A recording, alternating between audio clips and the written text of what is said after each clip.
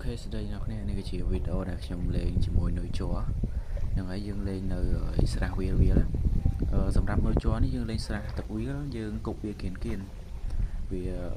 ឲ្យតែមានត្រីគឺវាឆាប់ខាំហើយដោយអ្នកគ្នាមើលក្នុងវីដេអូនេះអញ្ចឹងគឺខ្ញុំគប់តែគៀនទេហើយសម្រាប់នៅជ័រនេះបងប្អូនព្យាយាមគប់វាគៀនអូសបាទទី2ដែល4ដល់20ខ្សែទៅបើសិនជាវាមានគឺវាឆាប់ខាំហើយវាមិនយូរទេថ្ងៃនេះខ្ញុំលេងជាមួយនៅជ័រហ្នឹងហើយលេងជាមួយនៅជ័រលេងប្លង់តាមស្រះនេះលេងគប់គៀនហ្នឹងហើយអូខេចង់ដឹងថាវីដេអូនេះបានប៉ុន្មានក្បាលតាមដានអ្នកគ្នាជាមួយនៅជ័រអូខេ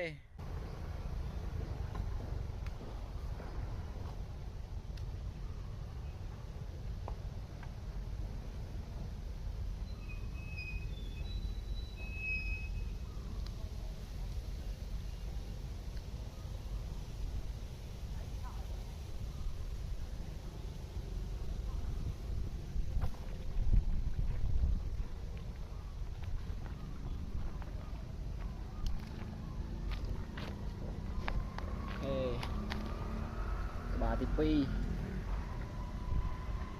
តូចដែរ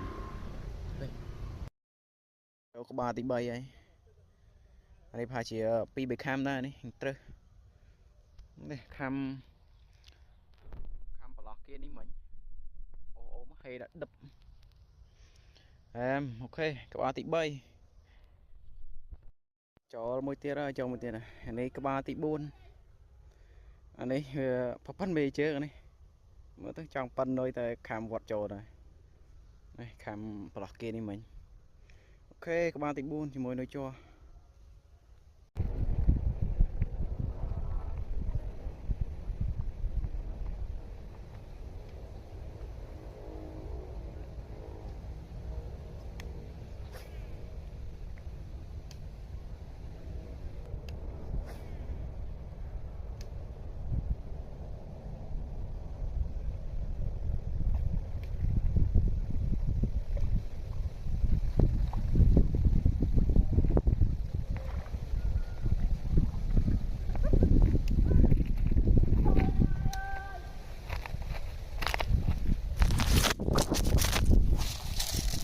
ចូលហើយក្បាលទី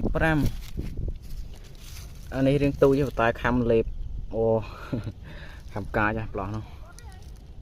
ហេដាក់ដឹបមកអូខេក្បាលទី5ចូលមួយទៀតហើយអានេះក្បាលទី6អានេះស្ទើរដែរត្រីហើយជាមួយខាំ2ខាំអីប្លង់ឆ្អៀតគប់មុំដល់